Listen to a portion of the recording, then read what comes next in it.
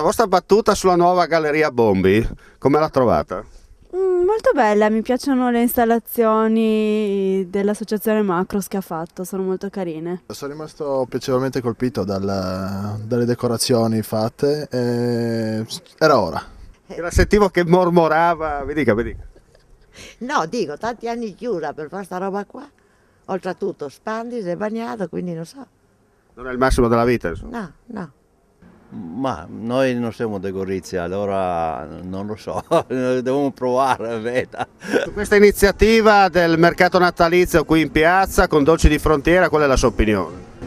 Beh, è stata un'ottima idea di fare proprio in piazza, dove la gente gira e siamo contenti. Giudizio sulla nuova Galleria Bombi?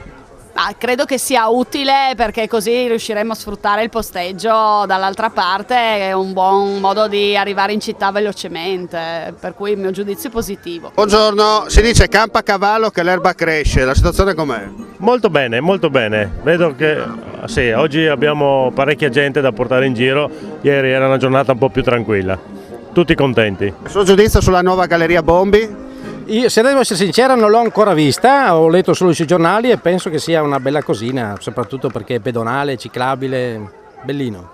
E Galleria Bombi cosa diciamo? Ma la Galleria Bombi, se voglio parafrasare quello che diceva Nino Manfredi in un famoso film, fosse che fosse la volta buona, finalmente siamo riusciti ad aprirla.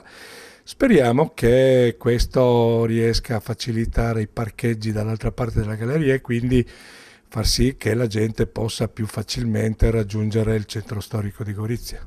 Così parlò la gente, insomma questo Natale 2012 bene o male si muove qualcosa di positivo.